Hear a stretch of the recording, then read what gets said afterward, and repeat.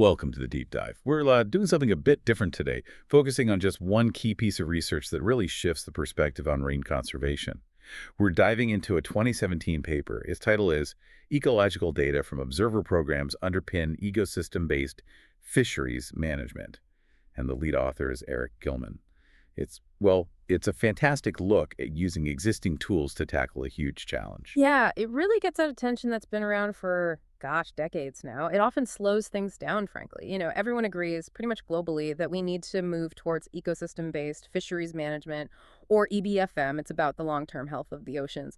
But doing EBFM properly, it needs this huge amount of ecological data, way more than just counting the fish you're targeting. Yeah. And this massive data need, it's always given management authorities a bit of an out. They can argue EBFM is too hard, too expensive, maybe impossible for systems that don't have much data to begin with. That's exactly the problem we're digging into. So our mission today is to unpack how Gilman and his colleagues pretty effectively counter that argument. They show, using real case studies, how routine data and maybe slightly expanded data from existing fisheries observer programs, the people actually on the fishing boats, already provides the basic ecological foundation needed for EBFM. It's a really strong case for efficiency and being able to scale this up. Okay, before we get into the data specifics, maybe we should quickly define EBFM, because, conventional management is pretty narrow. It focuses on one stock, like tuna, making sure that population is okay. Stuff the tuna. Right. But EBFM, it's holistic. It forces management to think about the impact of fishing on the whole marine ecosystem that's been defined. And that scope is just massive, isn't it? It goes way beyond the target fish. We're talking impacts on the full range of biodiversity, from genes up to whole communities. Exactly. And you have to consider associated species, dependent species, like sea turtles, marine mammals, seabirds, plus the effects on habitats, sensitive ones especially. And critically, the big food web processes too, the trophic interactions. Because if fishing messes that up too badly, you can get these permanent regime shifts, right? That's the real danger. You basically flip the ecosystem into a new state, maybe one that can't support the fisheries you had before. So yeah, monitoring those large-scale trophic processes is vital. It makes the link really clear. Yeah, the core principle is simple. The long-term socioeconomic future of fishing depends entirely on the health of the marine ecosystem. It's fundamental. If you want fishing to be viable in 50 years, you need to keep the ecosystem functioning. Okay, so if it's so critical, why isn't EBFM everywhere already? The paper mentions the usual hurdles, right? Yeah. Money, political will. Usual suspects. And often not knowing enough about the ecological effects. The default seems to have been, why bother with complex EBFM if we're struggling with basic stock assessments? But that's the novelty here, isn't it? Gilman et al. Show you maybe don't need some revolutionary new system. They demonstrate how fisheries, even data-poor ones, can actually move towards EBFM by just refining and using the data they already get from observers. Right. Let's unpack how that works. There are basically four main pillars, four ways observer data feeds directly into EBFM. Pillar one, the most common one, is monitoring bycatch and compliance. Okay. Managing bycatch, particularly for endangered, threatened, and protected species, ETP species, that's like EBFM 101. Absolutely core. And the power of the observer program, even with limited coverage, is that the data can be used quantitatively, right? You don't need someone on every single boat. Exactly. You take the data from a representative sample of boats and you statistically raise it or extrapolate to estimate what's happening across the whole fleet. Bycatch levels, catch rates. Like a really targeted survey. Kind of, yeah. So we can get pretty good estimates of, say, the total annual ETP catch in the Hawaii longline tuna fishery or the New Zealand southern bluefin tuna fishery just by observing a fraction of the fishing effort, as long as it's a statistically sound fraction. And that data lets you see trends over time, decades even. Absolutely. That's crucial. Observer data, for instance, it clearly showed this decline in the catch rates for some shark species in the Hawaii longline fisheries. That flags a potential issue that needs attention. And what's really neat is how quickly the data goes beyond just counting. It gets used in, standardized catch rate models to figure out why things are happening. What factors explain the catch risk? Okay. For example, one factor that popped out in the Hawaii longline fishery was hook shape. Just whether it was a circle hook or a J hook significantly explained the risk of catching blue sharks. Wow. So that one simple observation, logged by an observer, circle hook versus J hook, That can directly lead to a practical regulation change. Precisely. It shows the power of collecting even seemingly small details. Which leads nicely into what the paper called minor and inexpensive expansion of what observers record. You mentioned the Western and Central Pacific Fisheries Commission, WCPFC. Yeah, they made some smart, small changes. They started having observers record the exact anatomical hooking position on released ETP species. Like, where was it hooked? Okay, why does where was hooked matter so much? Because it's critical for estimating survival after release. A turtle hooked deep in the throat or gut probably has a much lower chance of surviving than one just hooked in the corner of the mouth, right? Got it. And they also noted exactly what fishing gear, the terminal tackle, like the hook or leader, was still attached when the animal was released. Again, that feeds directly into models trying to figure out post-release mortality. Without those observer details, scientists are really just guessing. Makes sense. And they add something about shark lines, too. Right. They started recording the number of specific shark lines used in each set. This wasn't just data collection. It was directly monitoring if boats were complying with rules that limited or banned those lines.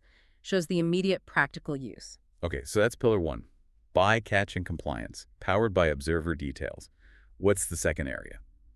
So if the first pillar is about the animals caught, the second is more about assessing the overall risk and impacts on where they live.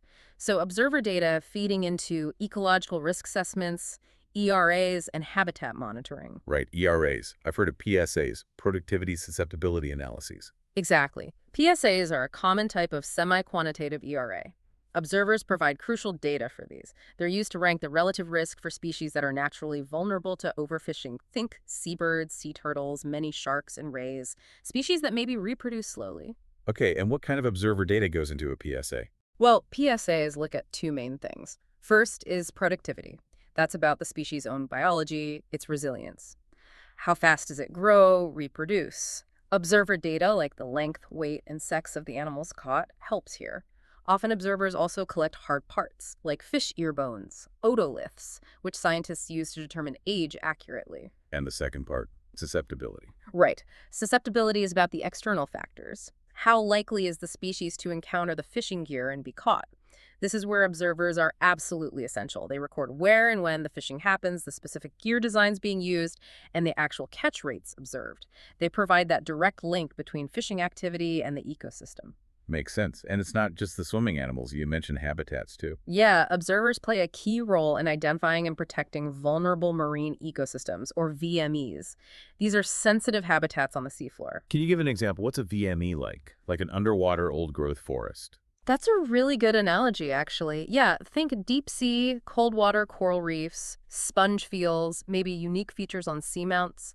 They provide vital habitat, but they grow incredibly slowly and can be easily damaged or destroyed by heavy bottom contact fishing gear. And observers reporting this damage actually triggers action. It does.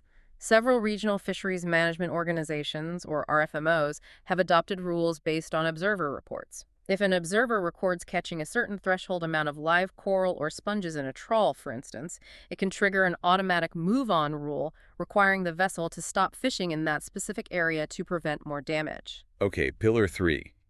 You mentioned this one is often hidden. Collateral mortality. Yeah, this is about accounting for the cryptic sources of fishing mortality. The deaths that aren't obvious, that don't show up in the landed catch.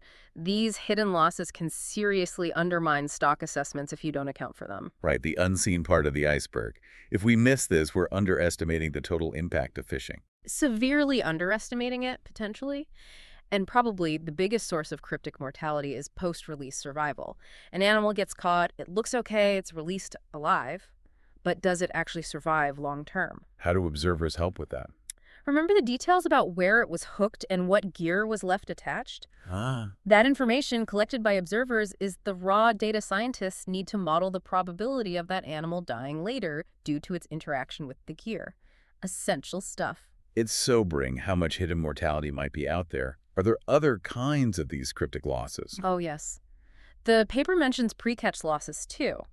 Think about seabirds interacting with long lines. Observers can count how many birds are caught or entangled when the gear is being set, and compare that to how many are still on the line when the gear is hauled back hours later. The difference gives an estimate of birds that died and fell off, or were perhaps predated while on the hook. losses that happen before the GUE comes back on board. Okay, that's another hidden factor. And what about ghost fishing? Yep, that's the final piece here. Observers record when they see fishing gear that's been abandoned, lost, or discarded at sea. This data helps analysts estimate the ongoing mortality caused by that derelict gear nets or pots continuing to catch fish long after they've been lost. Without observers spotting and reporting this, it's very hard to quantify. Okay, so that covers the hidden mortality. What's the fourth pillar? You said it was the most complex. Right. This is where observer data becomes fundamental input for really sophisticated ecosystem models. We're talking quantitative ERAs using big complex frameworks like EcoPath with EcoSim or the Atlantis models. These try to simulate the whole ecosystem. Wow, simulating the entire structure and all the processes. So what specifically do observers provide that these massive models need to run? They provide a surprising amount of the foundational data. Things like the breakdown of total fishing mortality, not just what's kept, but what's discarded dead, what's released alive but might die later. They provide the precise spatial and temporal footprint of fishing effort. Where and when are boats fishing? They also provide key life history information, especially for species higher up the food chain. And even data on trophic linkages, who eats, whom often comes from observers collecting stomach samples for later analysis. Plus, the size structure, data length, weight, age is crucial for understanding selectivity.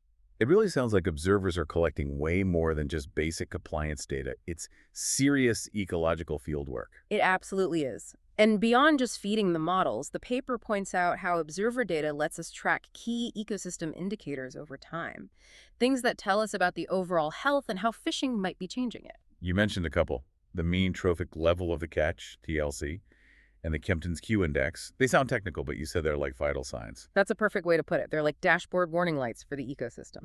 The mean trophic level of the catch, TLC, essentially measures the average position in the food chain of the species being caught. So if it goes down? If the TLC trend is declining over time, it generally means the fishery is catching smaller fish or fish lower down the food web. It's a classic sign of fishing down the food web, suggesting the big predators might be getting rarer. We're running out of the big fish and catching their food instead, basically. That's the simplest take, yeah. The Kempton's Q index is a bit more specific. It looks at the species' richness and evenness, but specifically for the high trophic level groups, the top predators. If that index drops suddenly, it signals a potential loss of diversity among the most important predators, likely due to fishing pressure. And observers provide the raw data, the length and weight and species ID needed to calculate both of those indicators. Exactly. The long-term data sets observers build are what allow us to track these crucial ecosystem vital signs. Okay, it seems really clear that the data can be used, the methods are there, even for complex EBFM. But let's hit the brakes for a second.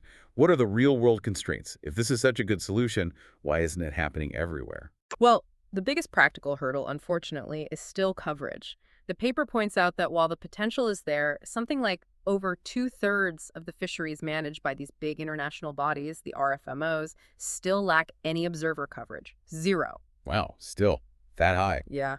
Setting up these programs from scratch takes serious money and institutional capacity. That initial investment is still a major barrier in many parts of the world. And even where programs exist, there are issues with making the data work together, right? The paper mentioned interoperability. Huge issue. We desperately need better interoperability. That means standardized data fields, standardized protocols, so data collected, say, in the Pacific by one program, can actually be combined and compared meaningfully with data collected in the Atlantic by another. Right now, it's often apples and oranges. Often, yeah. Or maybe different varieties of apples that you can't easily compare. Without standardization, doing the large-scale spatial analyses needed for effective EBFM across regions becomes incredibly difficult, if not impossible. And there's also a legal hurdle, confidentiality. Yes, that's a persistent problem. Observer data often contains commercially sensitive details, exactly where and when boats are fishing, which can reveal prime fishing spots. Because of this, access to the detailed, raw observer data is often legally restricted. So the data exists, but researchers can't always get their hands on it to do the big picture science. Exactly. It's a major bottleneck for the kind of holistic analyses EBFM demands. The data's there, potentially, but it's locked away in silos. And finally, we have to remember, fishing isn't happening in a vacuum. EBFM success isn't just about fishing data, is it? Not at all. It absolutely depends on also monitoring and managing pressures from completely different sectors. Think climate change impacts, pollution, invasive species. These are huge external forces. If those aren't tackled through collaboration across different industries and governments, fisheries management efforts alone, however good, can be undermined. So it requires buy-in way beyond just the fishery sector. Definitely. EBFM is possible, it's scalable using observer data, but it needs the political will to fund coverage gaps and a real institutional commitment to standardize data and, crucially, make it accessible. So wrapping this up, the main takeaway feels really powerful. These observer programs, they aren't just for ticking compliance boxes. They're actually essential, scalable building blocks that already hold the kind of complex ecological data needed for even advanced EBFM. It really pushes back against that old idea that EBFM is some luxury only for fisheries that are already swimming in data. It really does. And maybe a final thought to leave listeners with. Given how much ecological knowledge is packed into these observer data sets, we're talking location, environmental conditions, species interactions, mortality events, just imagine what other vital scientific or societal questions we could answer if these data sets were standardized, integrated, and truly accessible across the globe. That, I think, is the next big frontier. A fascinating challenge indeed. Thank you for joining us for this deep dive into fisheries observers and the future of ecosystem management.